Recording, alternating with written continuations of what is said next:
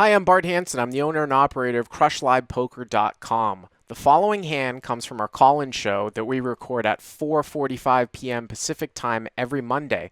If you want to call in your hand, check out the phone number in the description. It's a heads-up hand. Villain has 325 effective. I have him covered. I'm in UTG 1, open to 20 with ace of clubs in that hand. This dude's play here. And it folds all the way to the small blind where the villain is and he defends. And so we go heads up. Where is this? What casino is this played out of, by the way? This is at Pechanga. Okay, so you're in under the gun 2. You raise it to 20 and the small blind calls, right? You've got ace, black aces or something? No, I have, just ace of clubs is the important piece here, yeah. Okay. And the flop comes 8 of clubs, 6 of clubs, and an insignificant card like a 3 of diamonds or something. What is the flop again? 8, 6 of clubs, and a 3 of diamonds. And you've got aces with the ace of clubs. Correct. Okay, yep. So pot is $40 after the drop, and the villain checks. I go ahead and bet 30. Villain calls. Turn is interesting. It's a king of clubs. The villain checks again, and so I kind of wanted to get your take on the optimal play at this point. You mean hopefully you mean the play that's the highest EV, right? What I would do, as opposed to the optimal play, because optimal would be very, very far from how I would approach most hands at this level with these stack sizes, right? Yeah, I understand. Yeah, I mean, I would have to even think about what optimal. The comment helps you with this stuff, and sometimes we have to actually think through it, But I would say that. So he called cold small blind, turns the king of clubs. I mean, I don't mind checking back here because, to be honest with you, like his range for calling the flop is probably a lot of sort of weakish types of hands. Like, I don't know how wide you think this guy is playing. Like, is he very loose or what? It's Saturday night. There's 4 games. This is the must move. I just sat. He's totally unknown. He doesn't have a player's card, so I have no clue what his range pre-flop is. I gotta be honest with you. Like, I probably would check back here quite a bit.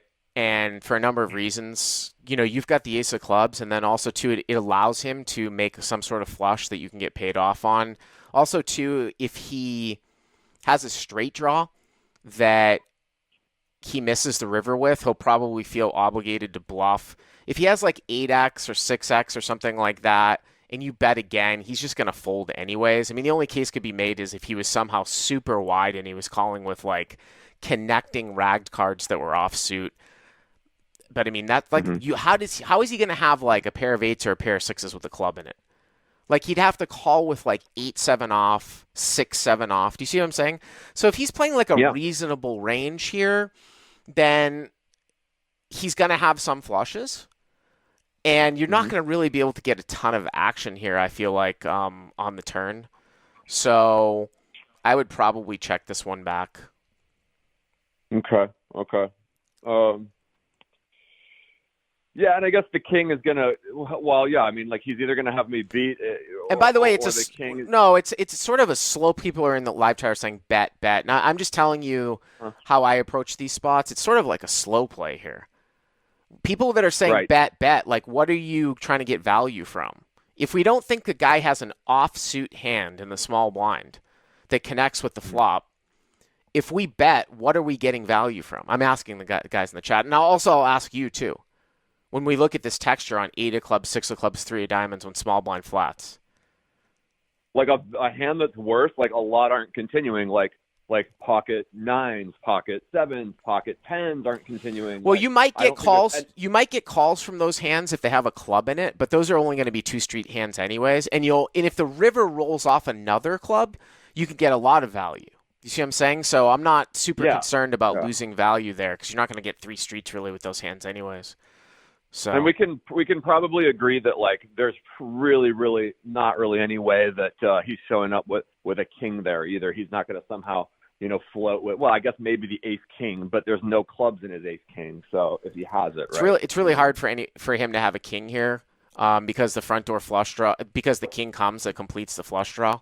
I mean, Right. are people saying, oh, he's got king queen with the queen of clubs? Yeah. I don't really see that, man, at this level, nor should that really be a call anyways. I mean, you bet pretty large, 30 into 40. There's Yeah. nothing wrong with that, but come on, king queen offsuit's going to call the flop after calling the small Yeah. blind. I don't buy it. I agree. Yeah. I agree that king queen is not floating there, right? So So, what happened?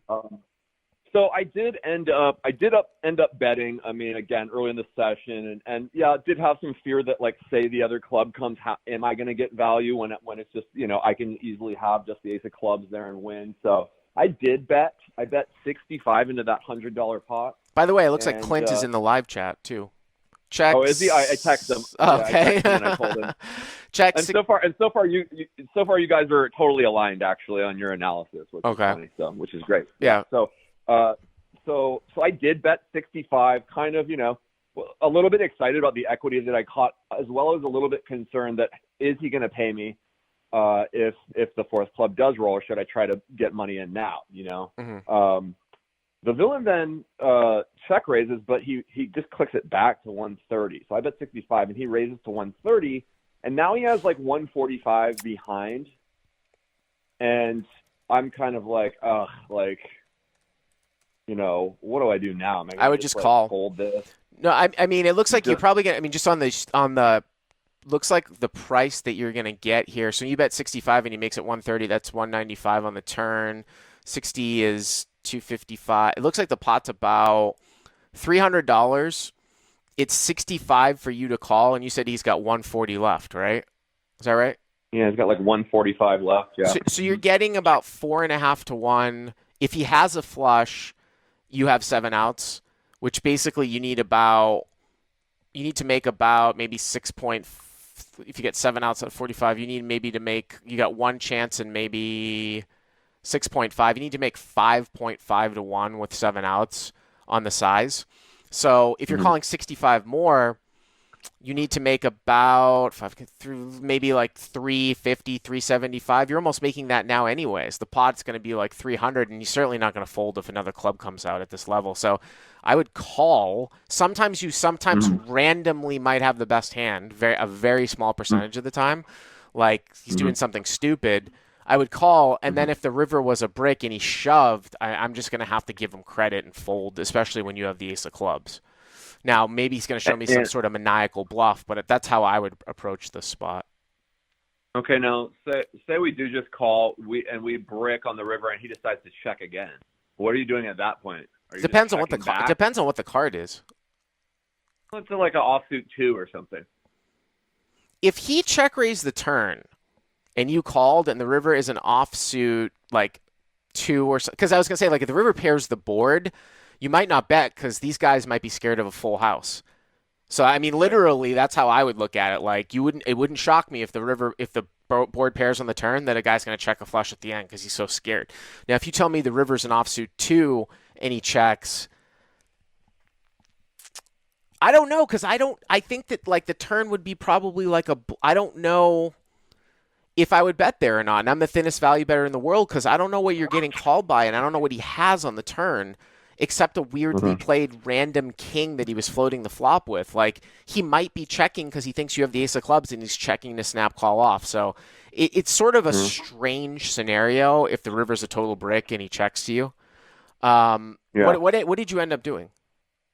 So what I did end up doing was, due to the stack depth, like, I just looked at what he had behind, and again, for fear that, like, if another club comes that he's not paying me off because the best he could have is a queen of clubs somehow, I decided to just rip right there at the turn. No, I don't like that at all. Yeah, I agree after discussing the hand. Yeah, I don't like that at all.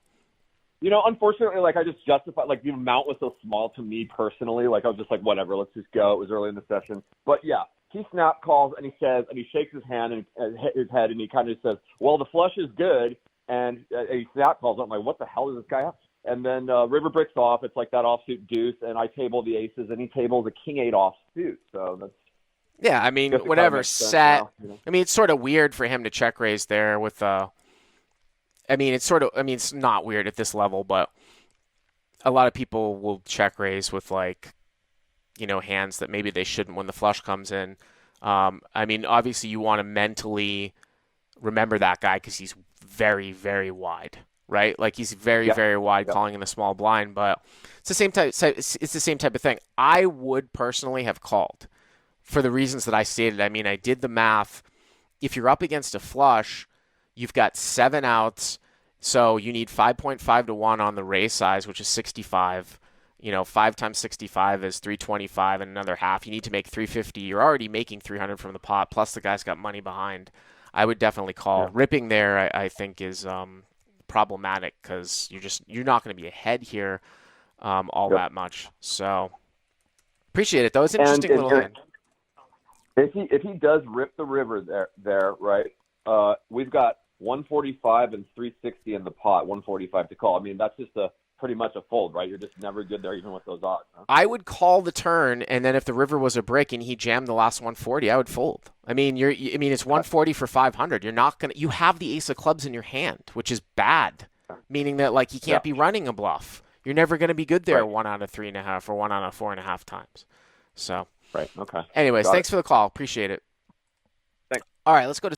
Hey guys, if you like what you've seen here, please click on the subscribe button and you'll get notified every time we put up a new video. And if you want to check out CrushLivePoker.com for the first month free, use the code YTA200. Click on the link right there.